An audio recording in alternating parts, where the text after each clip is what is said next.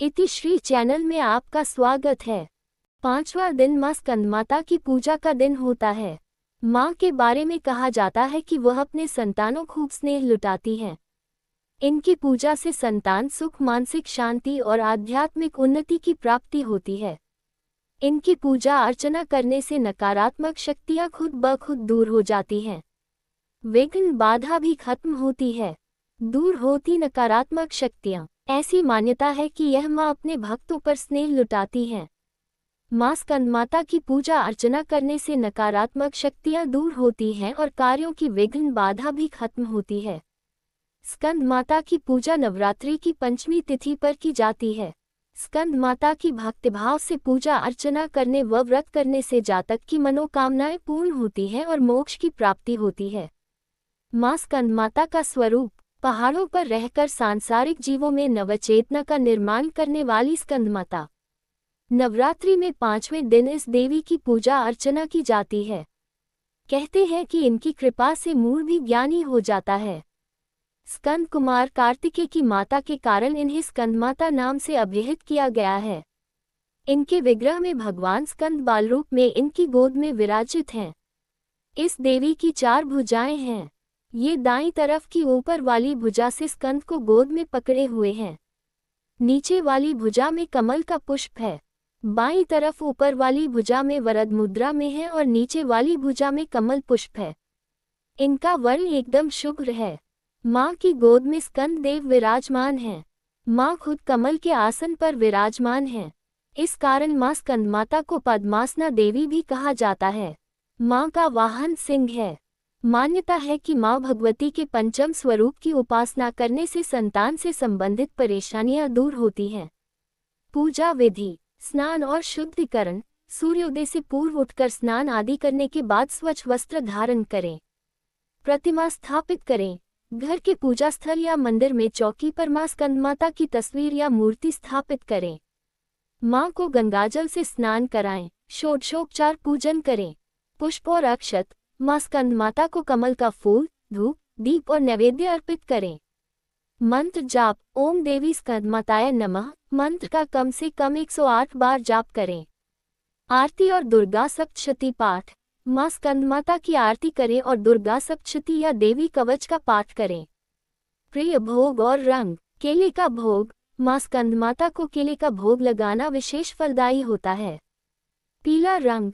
माँ स्कंदमाता को पीला रंग प्रिय है, इसलिए पीले रंग के वस्त्र पहनना शुभ माना जाता है। पूजा का महत्व। संतान सुख। माँ स्कंदमाता की पूजा से संतान सुख की प्राप्ति होती है और परिवार में सुख शांति आती है। आध्यात्मिक उन्नति। माँ स्कंदमाता की पूजा से आध्यात्मिक उन्नति होती है और भक्तों को ज्ञान, शांति और सुख समृद्धि की प्राप्ति होती है। नकारात्मक ऊर्जा का नाश। माँ स्कंदमाता की पूजा से नकारात्मक ऊर्जा दूर होती है और जीवन में सकारात्मकता का संचार होता है। माँ स्कंदमाता की व्रत कथा। ये कथा उस समय की है जब धरती पर तारकासुर नाम का एक दैत्य राक्षस था। तारकासुर ने अपनी कठोर तपस्या से ब्रह्मा जी को प्रसन्न कर लिया। इसकी वजह से स्वयं ब्रह्मा जी को उसके सामने प्रकट होना पड़ा। इसके बाद ब्रह्मा जी ने उससे वरदान मांगने को कहा तो तारकासुर ने अमरता का वरदान मांगा।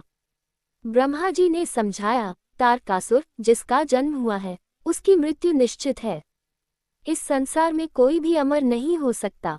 ये सुनकर तारकासुर थोड़ा निराश हुआ, लेकिन वह बहुत चतुर था।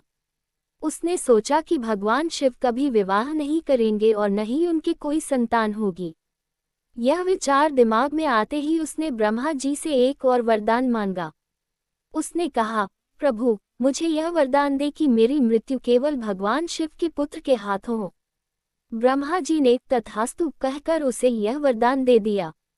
वरदान प्राप्त करते ही तारकासुर का अहंकार और ज्यादा बढ़ गया। वह समझ गया था कि अब उसे कोई नहीं मार सकता। उसने तीनों लोकों में हाहाकार मचाना शुरू कर दिया। देवताओं, ऋषियों और मनुष्यों पर उसका अत्याचार बढ़ता ही जा रहा था।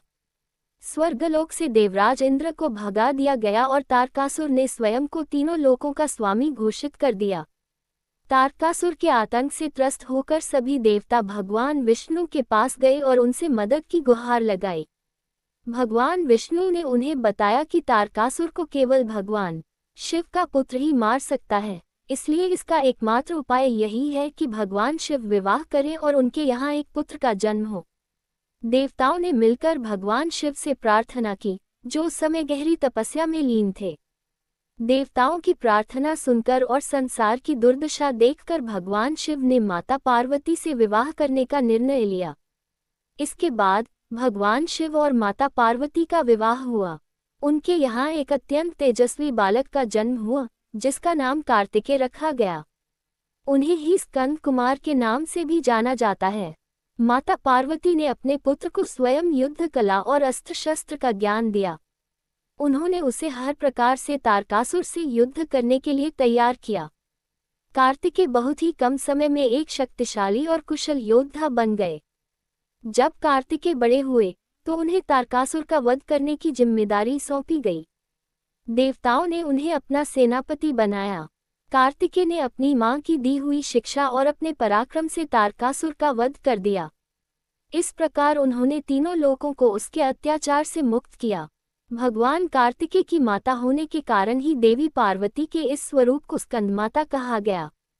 मां स्कंदमाता सदैव अपने भक्तों के ऊपर अपने पुत्र की तरह ही ममता लुटाती हैं। उनकी गोद में सदैव बालक कार्तिकेय विराजमान रहते हैं, जो इस बात का प्रतीक है कि मां अपने भक्तों की रक्षा हर पल करती हैं। ये कथा हमें सिखाती है कि मातृत्व में कितनी शक्ति होती है। मां स्कंदमाता की पूजा करने से संतान सुख की प्राप्ति होती है। साथ ही वे अपने भक्तों को ज्ञान, बुद्धि और चेतना का आशीर्वाद देती हैं। ऐसा माना जाता है कि मां स्कंदमाता की सच्चे मन से उपासना करने पर भक्तों को मोक्ष की प्राप्ति होती है और वे भवसागर से पार हो जाते हैं।